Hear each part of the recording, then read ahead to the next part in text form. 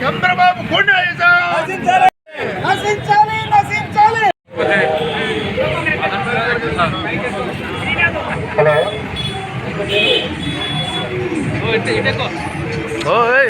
కోరుతున్నాము. సహజంగాలందరూ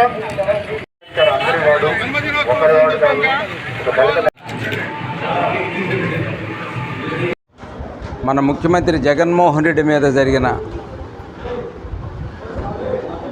చర్య అనేది చాలా దురదృష్టకరం. టీడీపీ వాళ్ళకి జగన్మోహన్ రెడ్డి మీద ప్రజాదరణ ఎట్లా ఉండాలి అనేది చూసిన తర్వాత వాళ్ళకి ఏమీ అర్థం కాని పరిస్థితుల్లో ఇటువంటి కార్యక్రమాలకు దిగుతుండారు.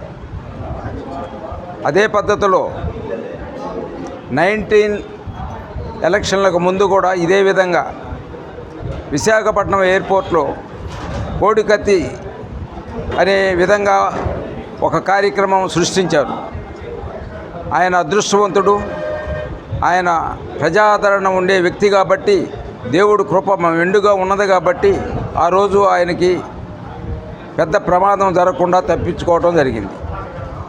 అదే పద్ధతిలో ఈ ఎలక్షన్లకు ముందు కూడా తెలుగుదేశం వాళ్ళు ఈ కార్యక్రమాన్ని చేయించడం జరిగింది.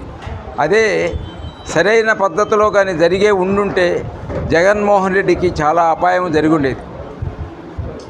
ఈ విధంగా చంద్రబాబు నాయుడు, పవన్ కళ్యాణ్, దానికి తోడు బీజేపీ ఇవి కలిసి జగన్మోహన్ రెడ్డి గారి ప్రజాదరణను చూసి ఇక మనం ఏ విధంగా కూడా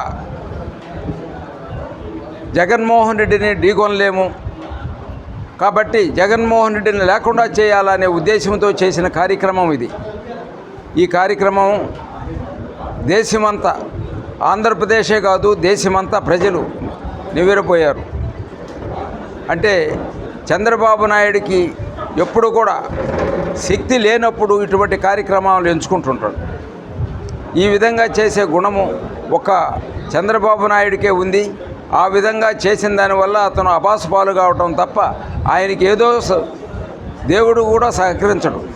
ఎందువల్లంటే చేసే మంచి కార్యానికి దేవుడు సహకరిస్తాడు కానీ ఇటువంటి కార్యక్రమాలకి దేవుడు సహకరణ ఉండదు. ఆ విధంగా మనకు అపోజిషన్ వాళ్ళు జగన్మోహన్ రెడ్డిని ఈ విధంగా ఇబ్బంది పెట్టాలనే ఉద్దేశంతో చేసిన కార్యక్రమం ఇది. అయినా కూడా ఆయన అది లెక్క చేయకుండా ఇప్పుడు ఈరోజు ఆయనకి అది తగలరాని చోట తగిలుంటే మాత్రం జగన్మోహన్ రెడ్డి చాలా అపాయకరమైన పరిస్థితికి ఏర్పడి ఉండేది. దేవుడు కృప ఉండబట్టి ఆయన తప్పించుకోగలిగాడు. అయినా కూడా ఆ ప్రోగ్రాంలో ఏమాత్రం ఆగకుండా ఆ ప్రోగ్రాంను అట్నే కంటిన్యూ చేసి ప్రజలకి నేను చెప్పాను, నా గురించి వచ్చారు కాబట్టి ప్రతి ఒక్కళ్ళని కలవాలనే ఉద్దేశంతో ఆయన కంటిన్యూ చేశారు.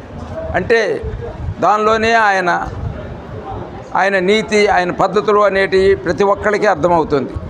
అదే పద్ధతిలో టీడీపీ వాళ్ళకి ఒకదాన్నే మిడి ఒకటి కోడికత్తి ఒకటి చేశారు. తర్వాత వాలంటీర్స్ది భయంకరమైన తప్పు చేశారు.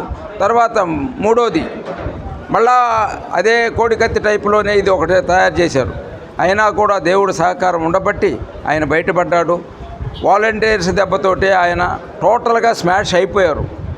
దీంతో నామరూపాలు లేకుండా ఆయనకు వచ్చిన 123 సీట్లలో ఈరోజు 1-2 కూడా వచ్చే ఛాన్స్ కూడా లేవని నేను అనుకుంటున్నాను. ఖచ్చితంగా జగన్మోహన్ రెడ్డిని ప్రజలు ఆదరిస్తారు.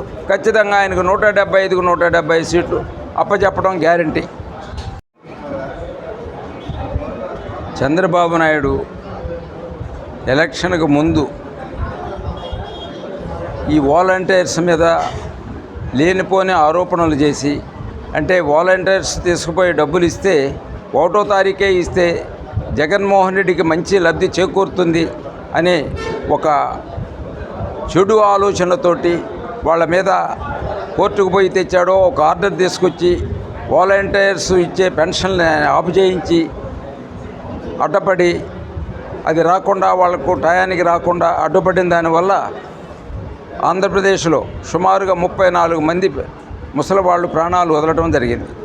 అంటే అదే పద్ధతిలో వాలంటీర్స్ చంద్రబాబు నాయుడు చేసిన కార్యక్రమానికి ఈ వాలంటీర్స్ అనేది స్వచ్ఛందంగా అందరూ ముందుకొచ్చి ఈయన చేసిన పనికి ఈ పదవి మాకు అవసరం లేదు, ఇది జగన్మోహన్ రెడ్డి మీద కక్షపూరిత చర్యగా వాళ్ళు ఆలోచించి అందరూ మూకుమ్మడిగా అందరూ రాజీనామాలు చేయటం జరిగింది.